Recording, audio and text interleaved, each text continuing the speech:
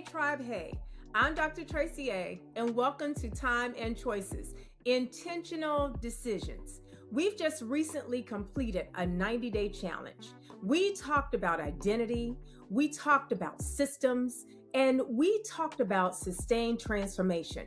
But this week, we're going to go deeper because the part that people don't glamorize is that growth, it doesn't just collapse, it erodes quietly.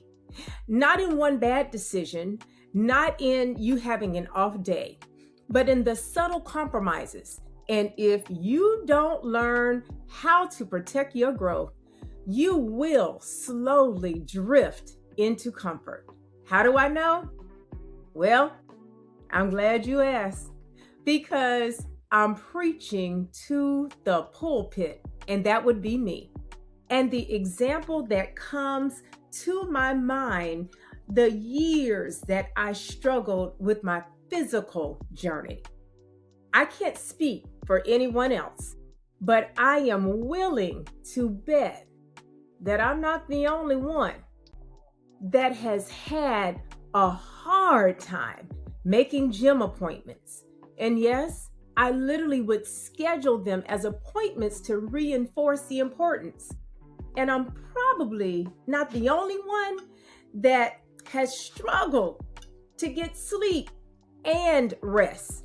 And yes, those are two different things.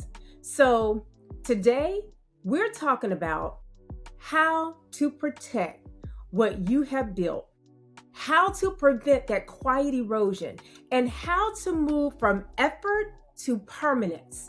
Y'all buckle up, because here we go.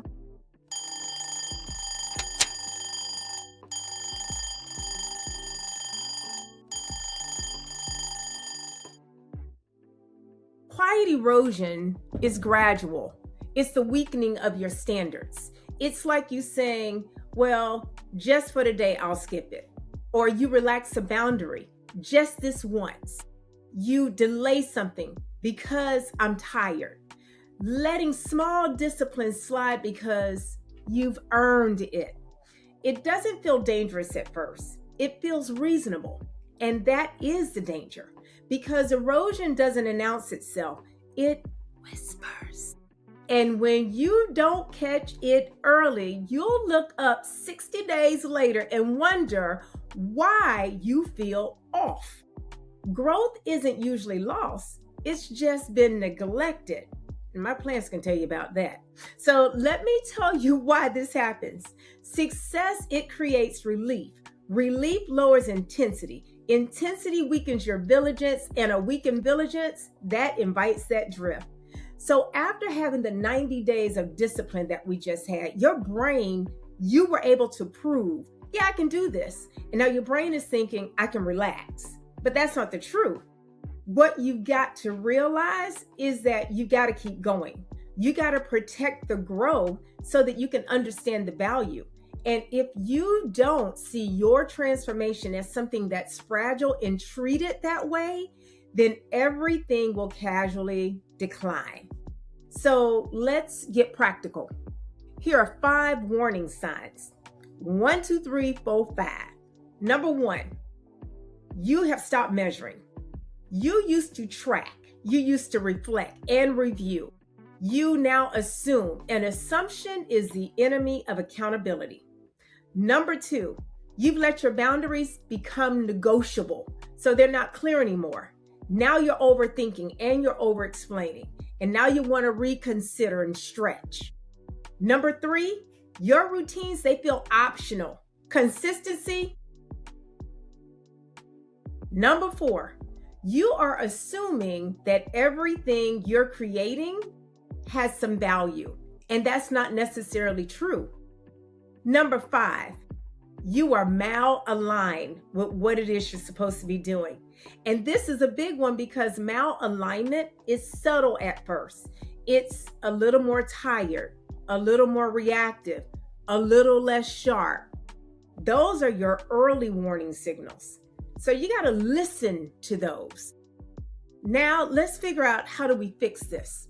So here are the 5 protection strategies. Again, 1, 2, 3, 4, and 5. Number 1, You have to get back to weekly audits. What worked? What didn't work? What needs tightening? No emotions, just assess. Number 2, get back to the realignment. What is it that I'm trying to do? Remind yourself that you don't break promises to yourself. I am a person who protects my time. I'm a person who operates in systems. Number 3, get back to having some standards and just elevate one thing at a time. I'm going to get up early in the morning. I'm going to do more time blocking. I'm going to be more focused. Number 4, be careful about the exposure to your old triggers. Number 5, stay in rooms that allow you to elevate and grow. If you are the only disciplined person in the room or the only disciplined person in your circle, change your environment. So let me tell you something that I know to be important. Sustained growth, it is not exciting, but it is stable and it's calm and it's structured and it's predictable. People will mistake it for stagnation, like, oh, I'm not going anywhere. Nope, you're getting grounded and you're being centered. When transformation stabilizes your life, it's going to feel less chaotic. There's going to be less boredom. And honey, that's mastery. If you stabilize your discipline, the next level, refinement. Where can I elevate my precision? How can I eliminate my inefficiencies? Where can I raise the bar quietly? Because the version of you who completed the 90 days, you just can't live casually. You know too much now. You've experienced clarity. You've experienced control. You've experienced consistency, and you cannot unknow that. It's your responsibility for the maintenance, not pressure, not perfection, but maintenance. So tribe, let me leave you with this.